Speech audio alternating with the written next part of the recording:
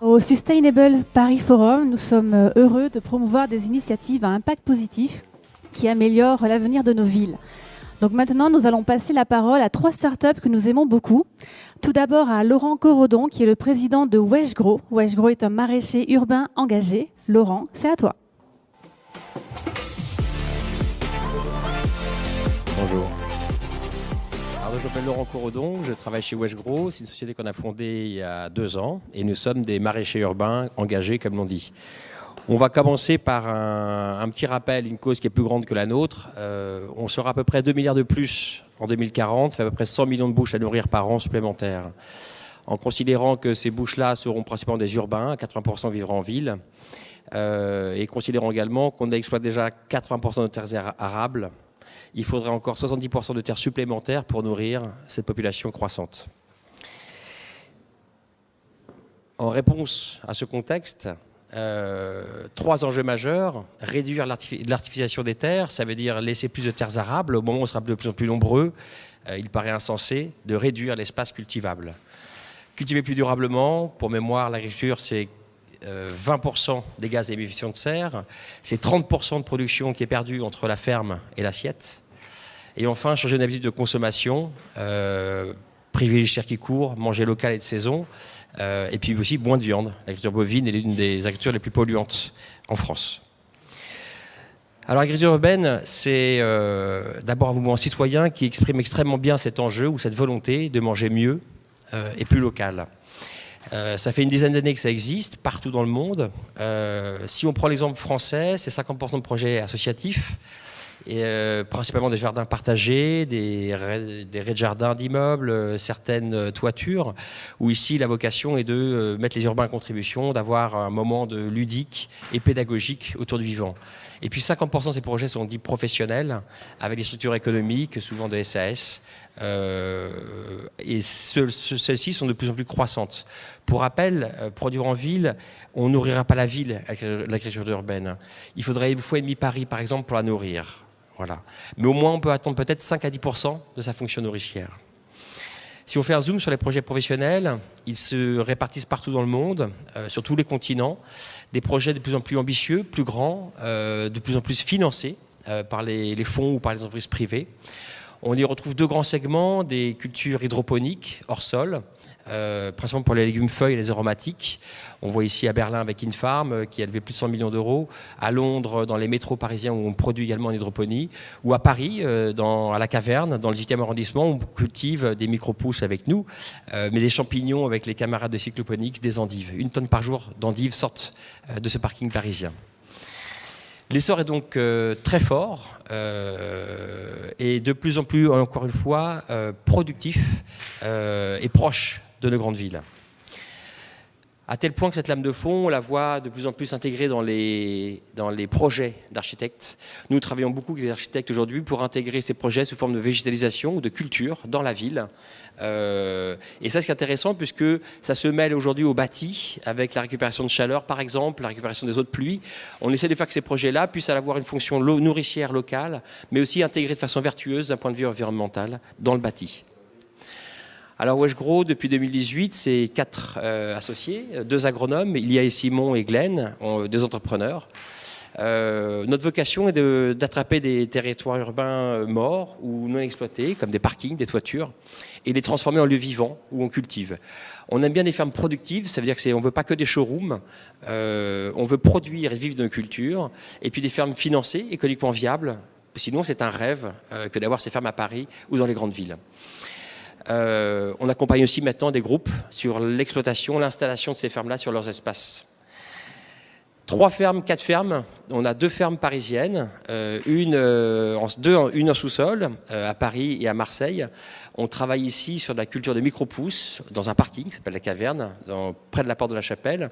C'est 300 mètres carrés, ultra productif, et on y cultive des micro-pousses.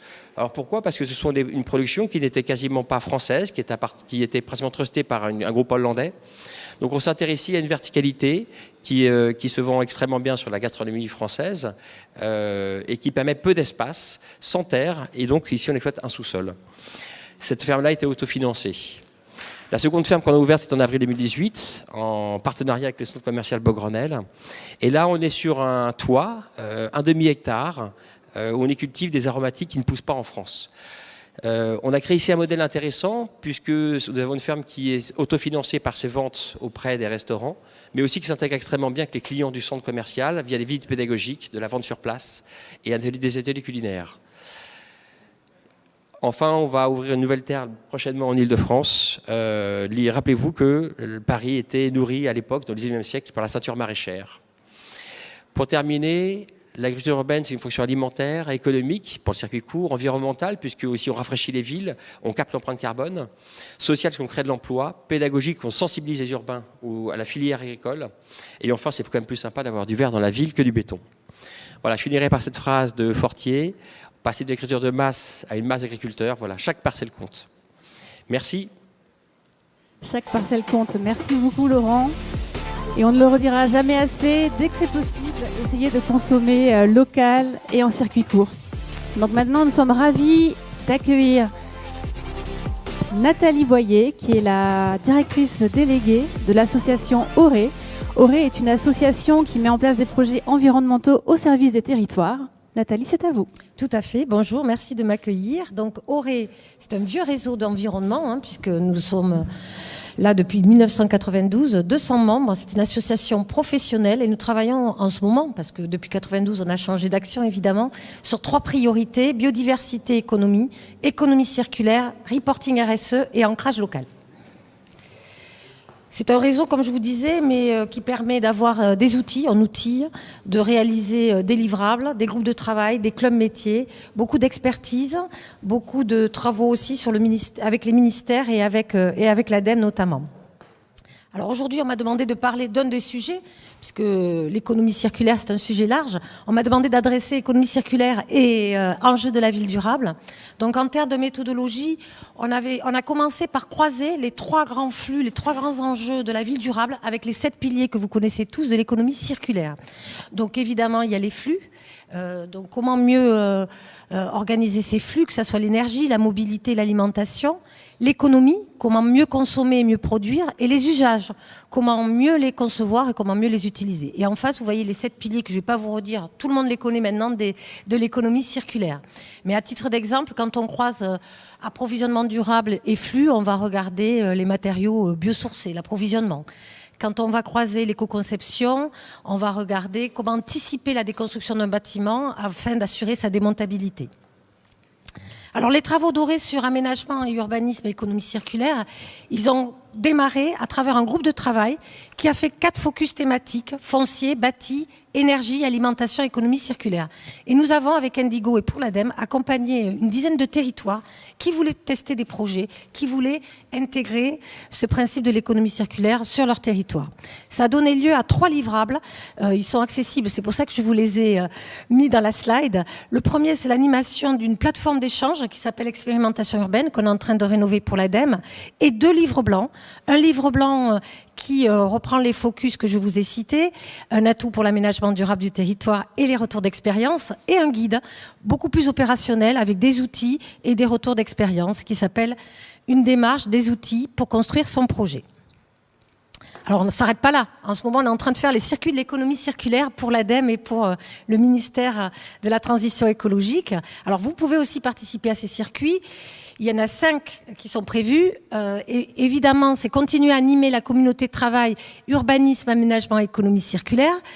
Vous montrez des projets inspirants. Alors, en ce moment, on le fait pas vraiment en présentiel, on le fait en distanciel. On a commencé en novembre avec un quartier 100% circulaire à Paris, avec Paris Habitat dans le 20e à Paris. Chaque fois, il y a une brochure à l'issue de la visite. Et on veut intégrer l'économie circulaire au référentiel écoquartier et fédérer une communauté d'acteurs. Alors, la prochaine visite, elle sera encore virtuelle, je pense. Elle sera en janvier. Elle sera à Lille. En tout cas, en visio. Et elle parlera de friches urbaines. Et nous avons, j'espère, en présentiel, 3 autres visites prévues, si ça vous intéresse, sur comment améliorer la qualité de vie en économie circulaire dans les quartiers prioritaires. Ça sera en avril. En septembre, on ira vers le territoire ruraux. Et en 2022, si on peut bouger, nous irons à l'étranger, certainement Bruxelles, qui est une ville intéressante sur ce concept-là. Dernier sujet que je voulais partager avec vous, c'est notre club métier des constructions. Comme je vous ai dit, Auré, nous organisons des groupes de travail, mais nous organisons aussi des clubs métiers. Les clubs métiers, c'est plus intime. Ce sont des donneurs d'ordre, des pourvoyeurs de solutions. Donc, nous en avons plusieurs. Celui sur la déconstruction a donné lieu à un livrable que vous voyez à droite, qui est téléchargeable aussi sur notre site auré.org. On va informer ces membres, ces donneurs d'ordre, ces pourvoyeurs de solutions, des évolutions réglementaires et des avancées technologiques. On va aussi proposer et adresser les problématiques de recyclage et de valorisation. Évidemment, on va proposer des solutions qui sont économiquement viables. Le but du jeu aussi de ces clubs métiers, parfois, c'est de regrouper les membres pour qu'ils créent des projets entre eux. Ça a été le cas pour un club métier textile, mais c'est une autre histoire, je ne vais pas en parler aujourd'hui. À titre d'exemple, je vais vous donner quelques axes de travail qui ont été traités dans ce club métier. Alors, en 2019-2020, on a traité l'implication des entreprises dans les plans de prévention de déchets autour du BTP, les filières de valorisation dans les travaux publics et le BTP, l'implication de la loi anti-gaspillage pour une économie circulaire, parce que vous savez qu'il va y avoir la création d'une REP BTP, l'éco-conception en vue de la déconstruction. Et pour 2021, on va adresser les compétences des architectes. Il faut les faire monter en compétences sur ce sujet. L'industrialisation du planning de déconstruction, c'est-à-dire comment organiser les chantiers de déconstruction avec les chantiers de construction, parce qu'on a souvent des stockages de matériaux réemployables, et les petits chantiers. Je pense qu'il y a peut-être une dernière slide pour que vous puissiez aller télécharger tous ces documents. N'hésitez pas, on est à votre disposition. Merci. Merci Nathalie pour toutes ces bonnes pratiques et pour votre engagement dans l'économie circulaire. Maintenant, nous allons accueillir Noël Boza, qui est le fondateur et le CEO de la start-up Zei. Alors Zei, c'est une start-up qui accompagne les entreprises qui souhaitent améliorer leur impact positif auprès de leurs parties prenantes en développant un classement. C'est un peu le Yuka pour les marques. En quelque sorte. En quelque sorte. Noël, c'est à toi. Alors merci beaucoup et bonjour à tous. Alors Zei, c'est une plateforme qui vise d'accélérer enfin les transitions environnementales et sociales du côté des particuliers et des entreprises, parce qu'on se rend compte que ça fait 50 ans qu'on parle de ces urgences climatiques et sociales, et malheureusement ça fait 50 ans que l'action reste trop lente. Alors que d'un côté on a les consommateurs, les talents qui veulent consommer avec impact et qui veulent avoir du sens dans leur travail, et de l'autre on a les entreprises qui veulent de plus en plus agir, mais cette action reste un peu lente à cause de 3 grands freins qui viennent brider leurs initiatives. Alors, ouais, super. Alors, l'action chez les entreprises, elle est aujourd'hui quasiment indispensable. Déjà, en termes RH, c'est un excellent moyen d'attirer, de garder les talents, mais aussi au niveau commercial, parce que de plus en plus de Français veulent donner du sens dans leurs achats. C'est plus de 80% des Français qui veulent consommer avec impact. Le problème, c'est que les entreprises ne savent pas forcément quels sont leurs enjeux, qu'est-ce que je dois faire pour améliorer mon impact. Et aujourd'hui, ça coûte assez cher de faire appel à des cabinets de conseil pour définir ma stratégie RSE. Ensuite, elles ne savent pas forcément comment progresser sur chacun de leurs enjeux. Il y a des centaines d'innovations et de solutions qui existent, mais malheureusement, on ne les connaît pas assez. Et c'est difficile de faire de la veille pour découvrir ces solutions-là. Et surtout, et c'est là le pire des freins, c'est qu'une fois que j'ai mis du temps et des ressources dans ma stratégie d'impact, il y a aujourd'hui pas énormément de moyens de le faire savoir et de le communiquer auprès des consommateurs, auprès de mes salariés, des talents et parfois même des investisseurs. Alors Zei a été pensé et a été créé justement pour accélérer cette transition et balayer les freins des entreprises en permettant enfin de pouvoir mesurer son impact, de pouvoir progresser sur ces enjeux et de pouvoir communiquer l'ensemble des engagements et de la démarche. Alors comment Zei fonctionne? On a inventé une matrice et un algorithme qui est capable de définir pour chaque entreprise tous les critères importants, tous les critères d'impact qui sont pertinents pour elle et priorise ces enjeux les uns par rapport aux autres pour qu'en 3 minutes et dès mon inscription, et totalement gratuitement, je sache quels sont mes critères, quels sont mes enjeux et dans quel ordre de priorité je vais devoir agir. Je vais pouvoir mesurer ma progression sur chacun de ces enjeux. Chaque critère est certifié avec justificatif par nos équipes pour savoir en quelque sorte là où j'en suis et qu'est-ce qu'il me reste à faire pour progresser. À partir de là, l'entreprise a accès à un catalogue de centaines de prestataires et d'innovations qui vont pouvoir l'aider à progresser sur chacun de ces enjeux, que ça soit des prestataires qui vont peindre les toits en blanc pour permettre de réduire la consommation de clim ou de chauffage dans des bureaux, ou des technologies qui vont se plugger sur des véhicules pour baisser de 15% la consommation de fuel de sa flotte, et donc faire des économies à la fois financières, mais aussi des économies en termes de carbone. Je peux également inviter mes collaborateurs pour qu'ils puissent suivre ma progression, qu'ils puissent co-construire ma démarche RSE directement via la plateforme. Et surtout, et c'est là notre principale innovation, les profils publics de ZEI permettent d'aller enfin communiquer en toute transparence ce que je fais de bien, ce que je ne fais pas encore, quels sont mes enjeux et mes objectifs, et partager ce profil-là auprès des consommateurs, auprès des acheteurs, auprès de mes investisseurs, auprès de mes équipes et auprès des talents. Donc pour obtenir le plus gros ROI possible dans sa stratégie RSE, que ce soit un ROI RH, mais aussi commercial.